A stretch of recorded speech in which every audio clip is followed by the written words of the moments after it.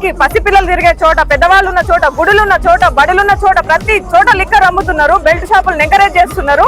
ఇటువంటి దానికోసం కాదు మిమ్మల్ని మేము ఎన్నుకున్నది. తెలంగాణ మేము తెచ్చుకున్నది ఇటువంటి వాళ్ళ కోసం కాదు. ఇటువంటి దళారులు, లిక్కర్ వ్యాపారం చేసే వాళ్ళు, ఇటువంటి ప్రజలను దోచుకొని తినే ప్రభుత్వం ఇక మాకు వద్దు.